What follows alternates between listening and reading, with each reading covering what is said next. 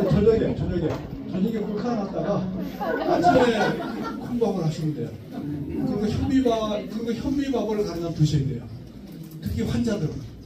그래서 그것도 좀 불카놨다가 밥을 같이 드시면 되는 거예요. 아시죠? 그렇게 하고 각종 채소에는 아까 말씀드린 그런 효과도 있지만 강력한 황산화제가 들어있어요. 그 색깔이 있는 모든 색깔들은 전부 다 강력한 황산화제예요. 그래서 이걸 드시면 맨발 걷기와 같이 해서 플러스 효과가, 상승 효과가 생기는 거예요. 아셨죠? 네. 그러면 우리는 영노화가 일어난다. 늙지 않는다. 그렇게 될 수가 있어요. 그렇게 정리를 하고요. 그 다음에 지난번에 국회에서 발표한 내용도 잠깐 소개해드리고 마치도록 하겠습니다. 혈액 분산 효과를 저희들이 연구를 했는데요. 여기 보시면은 맨발 걷기 전에 학생들의 혈액 상태를 보면 이렇게 응집이 되어져 있는 모습이 많이 나타나요. 응집이. 대체적으로 거의 그래요. 또 이렇게 응집되어 있고, 때로는 이렇게 일렬로 이렇게 서 있는 것도 이렇게 보이고요. 그런데 이 학생이 신발을 신고 걸으면 어떤 일이 벌어질까? 그러면 혈액이 여전히 보면 이렇게 응집되어져 있는 모습이 나타나요. 특히 여기 보면 어떻게 보면 여기 그 동전 쌓기 비슷한 연전 효과라고 하는데 이런 효과도 눈에 띄고요. 여전히 이런 그 혈구들이 적혈구가 분산되지 않는 그런 모습을 보여주고 있어요. 그런데 맨발 걷기를 30분 정도 하잖아요.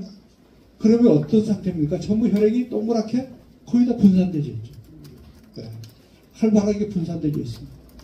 그리고 실제로 상대적인 제타 포텐셜을 재봐도 포텐셜이 훨씬 더 1.6mV고 2.8mV니까 이 혈구 사이의 반발력이 훨씬 커져 있다라는 그런 결론을 낼 수가 있었어요.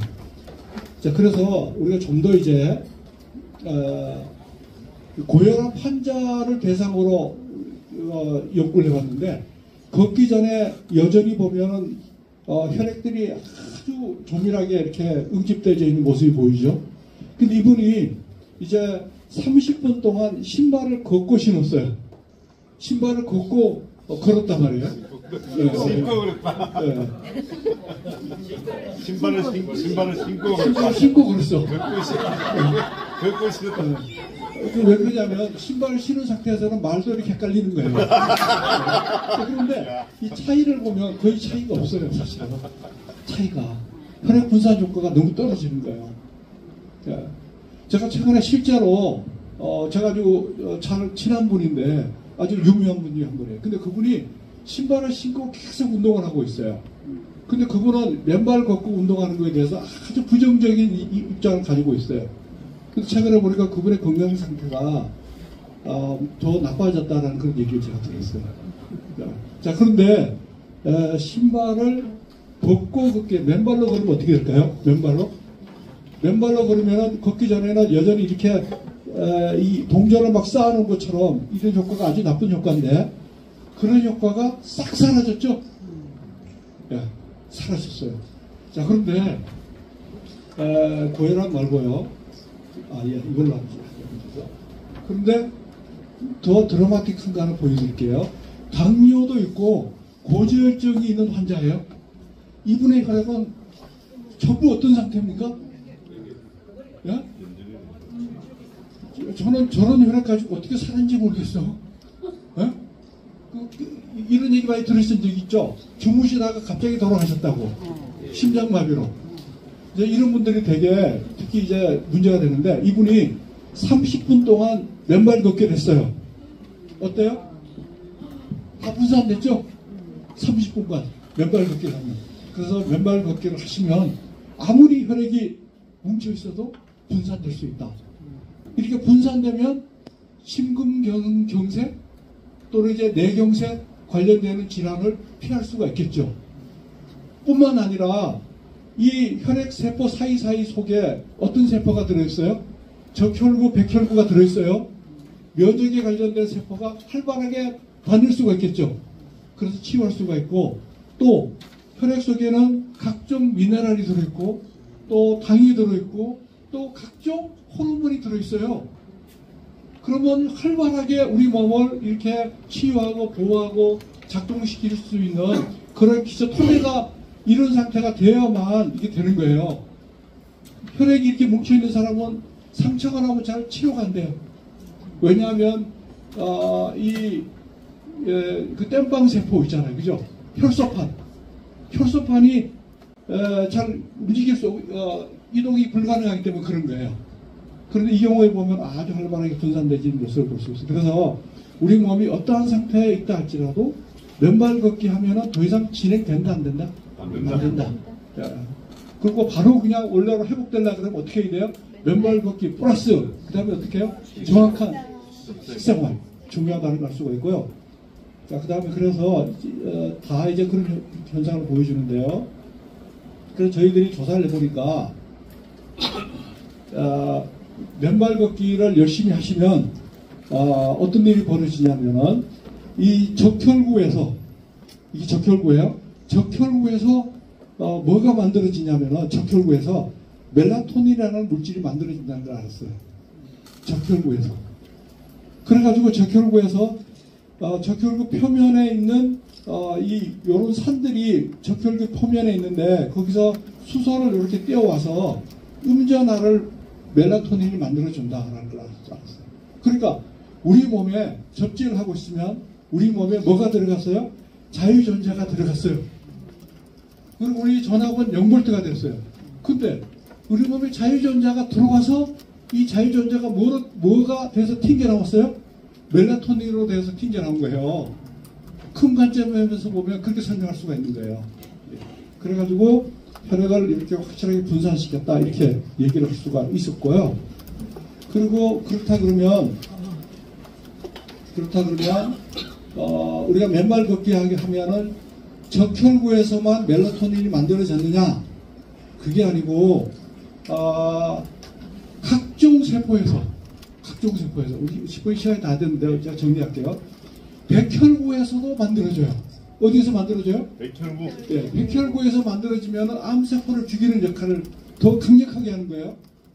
그 다음에 또 미토콘드리아에서 만들어지는 거예요. 어디서 만들어져요? 미토콘드리아.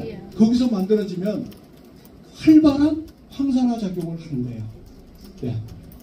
제가 그 그림을 다시 한번 보여드릴게요.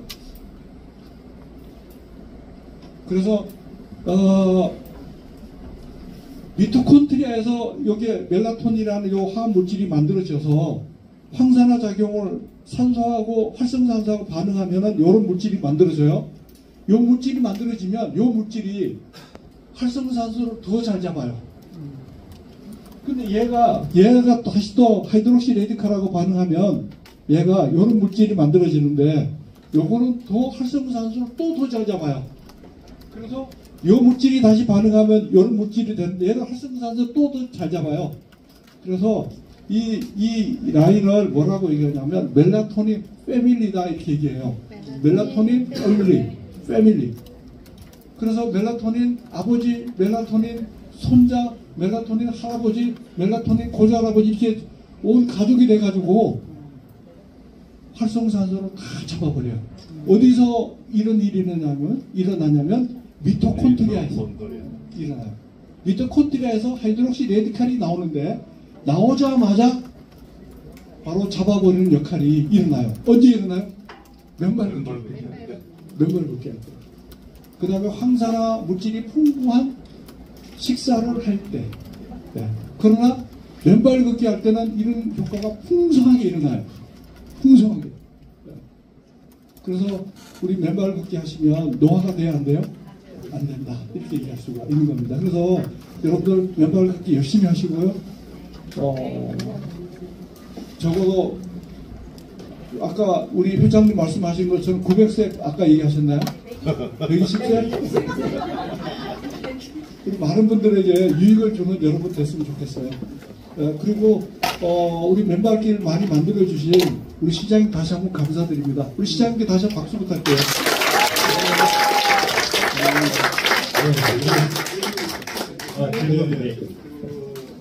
양인들 한인 예.